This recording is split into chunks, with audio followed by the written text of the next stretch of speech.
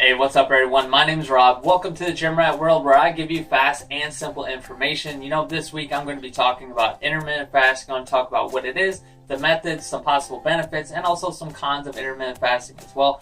Now, I'm sure that you have heard of intermittent fasting. There are famous people talking about it, wannabe famous people, Joe Rogan, athletes, movie stars, basically everybody, even the people that just hate everybody as well, right? Everybody seems to be talking about it. The only problem that I see with it is that a lot of people are interweaving their own personal opinion with the facts of intermittent fasting, and I know the confusion that can come with, kind of going down the wormhole of trying to figure out what intermittent fasting is. I know that confusion because I kind of went down it myself, so I basically put this video together just to give you the facts in a brief and concise manner. Also, if you want to know my personal experience with it, just stick around to the end, alright? Other than that, let's just get right on into this. So first off, intermittent fasting is just a marketable word for restricting your eating or fasting for a certain period of time.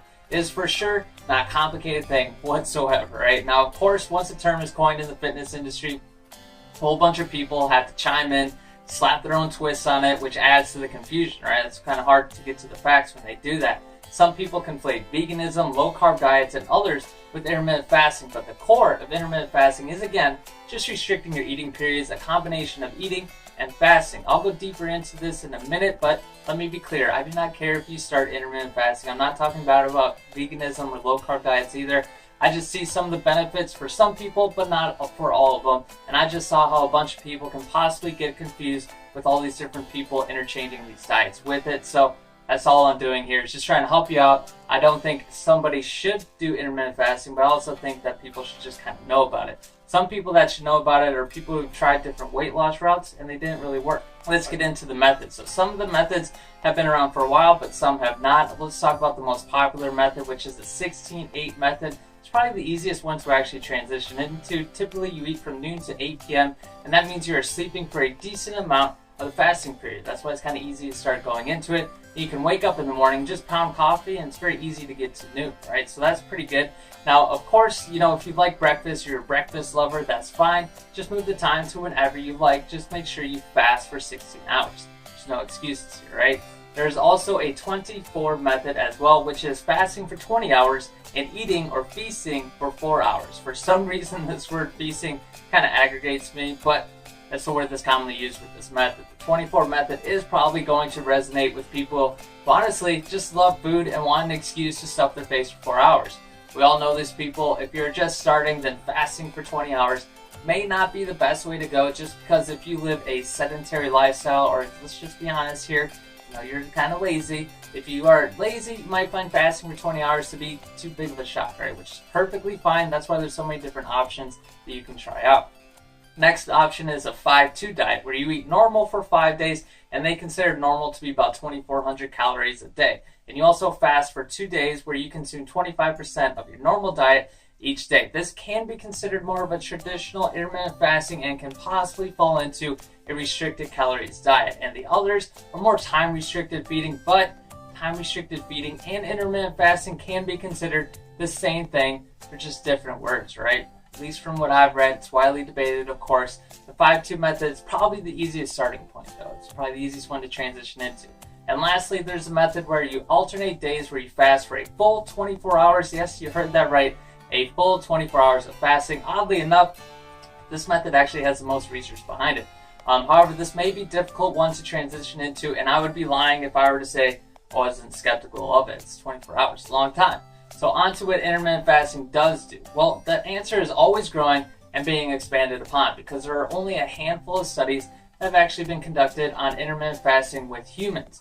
Most of the studies come from rats, which isn't really alarming, but just kind of how it goes, right? The basic mechanics of this whole thing started with the restriction of eating and the way our bodies react to this. Now, when we restrict our eating, our bodies then look for energy, and where do they go for that energy? They go for the fat. The stored fat, those Twinkies from last week that's kind of hiding out, they use this for energy, those sorts of fats. When our bodies do this, they also release ketones into our bloodstream, which helps us in many different ways, which I'm not going to get into in this video. Just know that the main thing intermittent fasting does do is that it helps initiate important cellular repair and changes our hormone levels, so our bodies can easily access stored fat, which again is pretty awesome if you're looking to lose some weight. Now, I am going to be putting out a video on the proven benefits of intermittent fasting. So depending on when you're watching this, just look out for that, right? But I am going to cover some of the benefits and some of the research of intermittent fasting right now for you. It's just not going to be very expansive on it, right? So probably the most sought after benefit of intermittent fasting is weight loss. It's one that's most pronounced by a lot of different people. Evidence also shows that it can help reduce your insulin levels, reduce inflammation, can also benefit your heart, and also prevent cancer as well. Obviously, there needs to be more research, but some of the other benefits that are with this is that it can help prevent other diseases and increases the way our brains function, which is pretty cool. Some studies suggest this is from the struggle that comes with fasting. One cool thing about it is that it was shown that with this struggle, our body produces this protein called brain-derived neurotrophic factor. This protein strengthens our neural connections, and it also produces new neurons and gives us a kind of like an antidepressant-like effect, which is closely similar to the effects of exercising. So those are just a small amount of the benefits that have science to back them up. But again, the science is limited, and of course, it's widely debated, of course, so just know that. Now, what are some of the possible cons of intermittent fasting? Now, when I was researching this, honestly, I came across some pretty ridiculous claims. But I'm going to try to stick to the more sensible claims that I've seen around intermittent fasting and the negative effects of it. Like one study that was done around the athletic performance of runners who kind of recognized Ramadan, where they're fasting. The performance did not go up to par. It was actually worse because they're, recognizing Ramadan. Another side effect is possible getting headaches, possible dehydration as well. Those two might be kind of correlated together. And another side effect is possible stomach pain, and another one is being hungry. I mean, it's kind of obvious that you're probably going to be hungry if you're fasting, right? But those are the possible cons of it. So those are the methods of intermittent fasting, what it is, some possible benefits, and possible side effects as well. Intermittent fasting basically just boils down to restricting your eating for a period of time. And as you can see, there are many different methods that you can actually choose from. A side note is that some studies show that for women, they do not actually benefit from fasting for longer periods. They should probably stick more to the 10 to 12 hour range. So, also combining other diets with this may greatly improve your chances of losing weight if you are looking for that, and also boosting your energy levels as well. Again, there's just many different methods, and like I said in the beginning, a lot of people are conflating veganism, low carb diets, all these different things into it, which isn't necessarily a bad thing. But if you're just looking for what is intermittent fasting, that's basically what it is. And there's just different routes you can actually go through. It's not for everybody, right? You got to know that. It's not for everybody, just like every diet. Every diet is not for everybody. You should just know that going into it, right? Now, as far as my personal experience with it, now first off, I used to never eat breakfast. I never thought it was like an actual diet or anything like that. But there was a time, it was probably like a year or so ago, something like that. I started eating 3 times a day. I started eating breakfast all the time. But I had a certain goal in mind that I actually wanted to hit, and I wasn't hitting the goal, but I was doing a lot of things I was, previously doing to hit that goal of losing weight, but it just wasn't happening. So I looked into intermittent fasting, and I found, well, this might be an actual option for me, and I also liked it when I wasn't eating breakfast. I just thought it was bad for me, because everybody says to eat breakfast.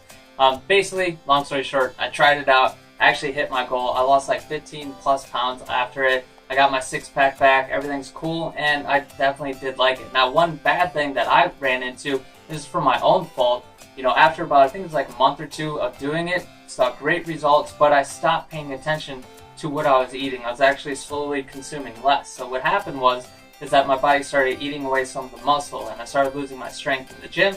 As soon as I noticed this, though, I just upped my food intake, paid attention to it, and got back on track. But I think for personal experience, myself, my body, the way I like to work, intermittent fasting helps me just have better energy in the morning. I'm just not weighed down by a huge breakfast or anything like that. It just helps keep off the pounds, right? I'm able to eat, I know it's not healthy, but I eat just whatever I want. It doesn't really matter to me at all. I eat healthy, but for times where I want to eat whatever I want, I can do it without having to worry about gaining all this extra weight. So that's my personal experience with it. That is what intermittent fasting is. I hope I helped you kind of push away all the extra opinions that people have on intermittent fasting. I hope I helped you with that. But yeah, thank you for stopping by. I appreciate your time, and have a good day.